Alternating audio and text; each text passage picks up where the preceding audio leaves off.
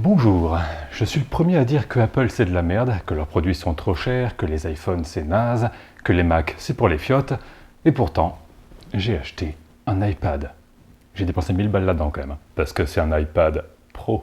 Alors pour changer un peu de tous ces connards qui se masturbent et qui se pincent les tétons en disant « Oh, mon e-bidule est tellement génial !» Voici une vidéo à peu près objective sur pourquoi Apple c'est de la merde et pourquoi j'ai quand même dépensé 1000 € dans ce truc-là. Alors attention, quand je dis que Apple c'est de la merde, je le pense vraiment, mais je dis pas ça juste pour être dans la team anti-Apple ou l'inverse, être dans la team pro-Apple. Et comme je suis objectif, je sais reconnaître les qualités de leurs produits. Parce que oui, il y a des qualités chez Apple. Ça sert à rien de cracher bêtement dessus.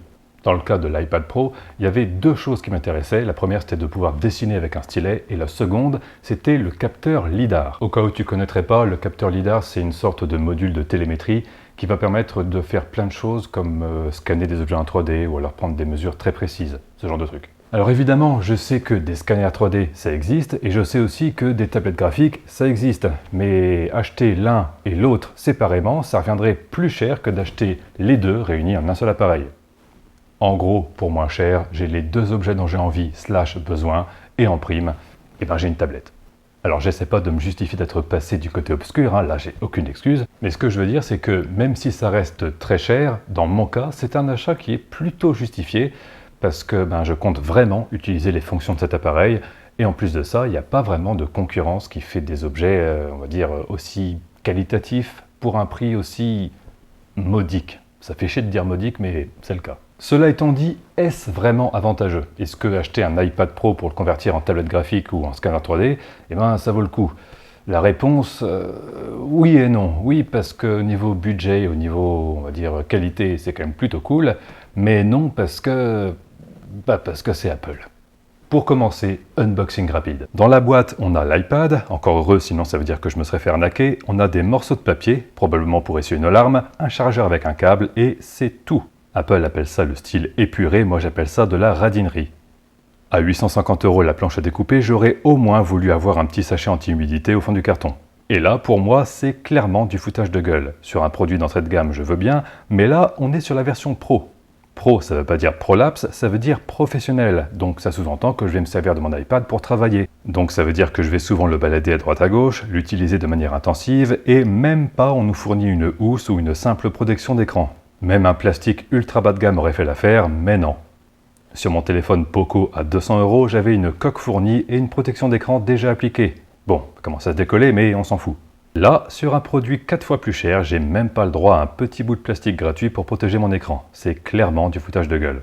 Je peux comprendre que des gens aiment le design épuré, sentir la froideur de leur iPad entre leurs doigts, mais bon, là, c'est juste de la mesquinerie. Ça n'a rien à voir avec l'expérience Apple.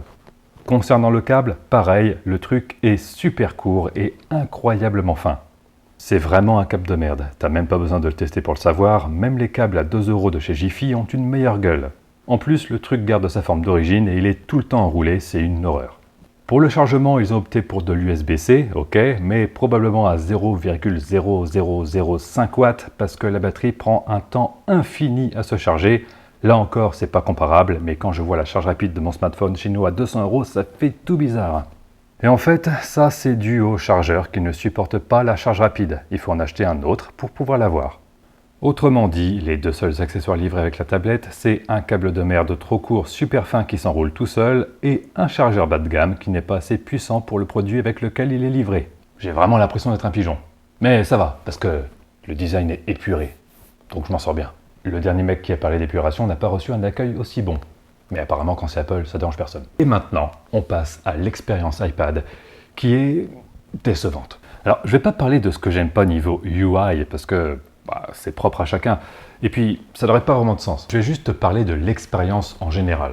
Déjà, il faut savoir que sur l'iPad Pro, qui est donc un outil professionnel, il n'y a absolument aucune application d'installer par défaut. Enfin, il y en a quelques-unes, mais vraiment très très peu. Et surtout, il y a très peu d'applications de productivité, du style Word, Excel, on oublie. La suite Office, bon, c'est Microsoft, donc forcément, il faut l'acheter. Il y a bien l'équivalent Apple de Excel qui s'appelle Numbers. Bon, je suis sûr que tu vois rien à cette distance, mais crois-moi, là, ça ressemble vite fait à Excel. Mais si tu es un vrai professionnel, tu vas un petit peu passer pour un misérable fils de pute quand tu vas dire à ton patron « Désolé chef, mais pour le rapport annuel, j'ai pas pu avoir le bon tableau parce que Numbers a mal fait la conversion entre le fichier Excel et mon iPad, qui est super pro. » Bref, tout ce qu'on a, c'est des applications très basiques comme un client mail, ou alors une application GPS, ou bien encore de quoi prendre des notes. Mais les trucs un petit peu plus poussés, on les a pas. Et même les trucs vachement simples, c'est pas là non plus, puisque si je cherche... Attends, laisse-moi chercher. Ah non, il n'y a même pas une calculatrice sur iPad. Genre, je veux dire, ce truc-là, qui a une puce M1 qui est surpuissante, oh là là, c'est tellement puissant, il n'y a même pas une putain de calculatrice. Même sur mon 3210, j'avais une calculatrice. Et c'est ça qui m'a étonné chez Apple, c'est qu'à chaque fois, tout le monde s'accorde à dire que c'est vraiment super niveau logiciel, qu'ils ont tout ce qu'il faut et que c'est super bien fait. Alors, à partir du moment où tu vas regarder les différents fuseaux horaires sur une map monde, ok, c'est super joli, mais ça, on s'en branle. Nous, ce qu'on veut, c'est faire des tableaux Excel, dessiner, qu'est-ce qu'on pourrait faire d'autre? On pourrait faire de la retouche photo, enfin, des trucs qui devraient être intégrés là-dedans. Je veux dire, au prix de l'appareil, merde. Et non, on s'en fout d'avoir un fond d'écran avec un ciel bleu la journée et des jolies étoiles la nuit. Alors, j'avoue que c'est super stylé et que ça montre bien que Apple a le souci du détail. Sauf que nous, les détails, on s'en branle. Nous, ce qu'on veut, c'est pouvoir utiliser l'iPad. Et si je dois télécharger et surtout acheter des applications pour pouvoir dessiner ou pouvoir faire de la retouche photo, ça rend l'iPad presque inutile finalement. Donc dans mon cas, si tu as bien suivi, tout ce que je veux, c'est pouvoir scanner des trucs en 3D avec ce machin et aussi pouvoir dessiner. Donc première étape, acheter une application de dessin et acheter un stylet à 120 €. Au total, en comptant la tablette, plus le stylet, plus les éventuelles autres applications dont tu auras besoin, t'en es à peu près à 1000 €, voire même plus de 1000 €. Heureusement, le stylet est vraiment bon. La latence est ridiculement petite et il est sensible à la pression, à l'inclinaison. Là-dessus, il n'y a rien à redire. Mais toujours est-il que tout ça, c'est un gros budget, comme ma bite. Et après avoir dépensé autant, on peut s'attendre à ce que Apple, qui a la réputation d'avoir les meilleures applications natives du monde, ait une application spéciale faite par eux-mêmes, intégrée et qui permette de dessiner, de profiter pleinement de leur tablette à 850 balles et de leur stylet à 120 €. Et non, tu peux juste prendre des notes. Pour résumer, si tu restes dans l'écosystème Apple et que tu leur fais confiance, tu te retrouves juste avec un bloc-notes et un crayon pour le prix d'un SMIC. Pour la partie LiDAR, le fameux capteur que je voulais tant, là c'est la même chose. Nativement, l'iPad n'offre pas grand-chose pour l'utiliser. Il faut passer par des applications tierces qui sont payantes ou partiellement payantes, mais ça marche bien.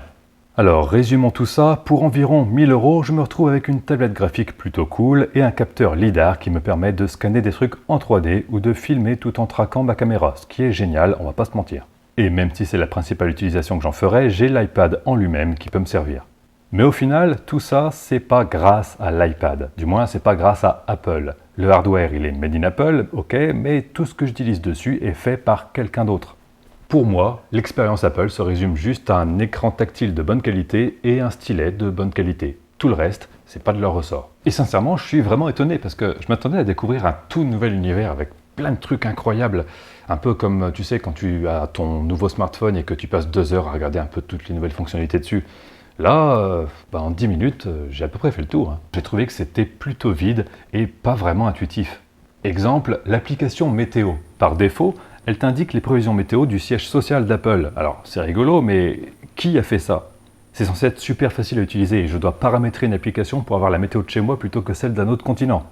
Tu prends n'importe quel smartphone ou tablette Android, le widget météo sera toujours sur ta localisation actuelle ou alors sur l'emplacement de ton domicile paramétré dans ton compte Google, mais pas à l'autre bout du monde. Tu veux utiliser un disque dur externe ou une clé USB? Il faut acheter un hub USB. Tu peux lire les fichiers sur ta clé USB, mais pas écrire dessus, c'est normal, il faut la formater parce que NTFS, c'est pas assez bien pour Apple. Ils veulent bien regarder, mais surtout pas toucher. Tu ne comprends pas pourquoi la charge rapide ne fonctionne pas alors que tu utilises le câble officiel et le chargeur livré avec, c'est logique, on t'a fourni le mauvais chargeur juste pour te faire chier. Bref, c'est vraiment, mais vraiment ridicule. Et à ce tarif-là, entre tous les petits détails idiots et le peu de fonctionnalités, je trouve que c'est vraiment très très très cher payé. Pour un iPad moins cher, genre un iPad mini à 500 balles, là je pense que ça pourrait être plutôt intéressant. Mais pour plus de 1000 € de matériel et avoir si peu de fonctionnalités, c'est un petit peu du vol, même du viol. Par contre, je dois admettre qu'il y a quelques fonctionnalités natives qui sont vraiment excellentes. Je pense notamment à l'application Notes qui permet de prendre des notes. C'est quelque chose que je fais beaucoup sur mon téléphone, mais là, chez Apple, ça prend une toute autre dimension, surtout avec l'iPad et le stylet qui coûtent le prix d'une couille. En fait, l'iPad peut différencier si tu utilises ton doigt ou ton stylet. Et pour prendre des notes, même quand la tablette est verrouillée, tu as juste à prendre le stylet, à taper sur l'écran et instantanément tu peux écrire, dessiner. C'est super rapide, ça marche bien et ça transforme vraiment la tablette en un vrai bloc-notes. Pas besoin de déverrouiller, de lancer une application. Bravo Apple! Mais là où c'est encore plus fort, c'est qu'avec leur application de notes, tu peux dessiner, écrire au clavier, écrire à la main et automatiquement avoir une retranscription et tu peux aussi scanner quelque chose pour retranscrire ton document en texte éditable. Et ça, c'est vraiment, pour moi, le meilleur truc intégré par Apple parce que je peux prendre mon document d'assurance en photo, je peux écrire un truc à la main vite fait, je peux rédiger un texte au clavier et dans tous les cas, tous ces textes, qu'ils proviennent d'une image, de mon écriture manuscrite ou de mon clavier, ils deviennent éditables et je peux utiliser la fonction recherche pour retrouver le document dont j'ai besoin. Avec cette application, tu peux littéralement numériser toute ta vie sans te casser le fion à recadrer ton document ou à lui donner un titre. Ça, pour moi, c'est une vraie fonction professionnelle. Le mec qui travaille avec de la paperasse, ça lui change la vie. Donc il y a quand même des trucs bien chez Apple. Il y a même des trucs excellents, mais c'est juste des petits éclairs de génie. Et j'en viens à la conclusion que j'ai pu tirer de ma première expérience Apple. Je m'étais pas trompé. Leurs produits sont trop chers, il y a pas mal de fonctionnalités qui manquent, et puis surtout il y a quelques aberrations, mais il y a quelques petits détails qui sont vraiment très bons. Et ce que je comprends pas, c'est pourquoi ça a autant de succès, parce que l'iPad, il est vraiment très très bon, mais que sur ces petits détails justement. Le reste du temps, c'est de la merde. Je peux même pas imprimer un document avec ça. J'ai une imprimante connectée, et je ne peux pas me connecter à mon imprimante, parce que mon imprimante n'est pas compatible AirPrint.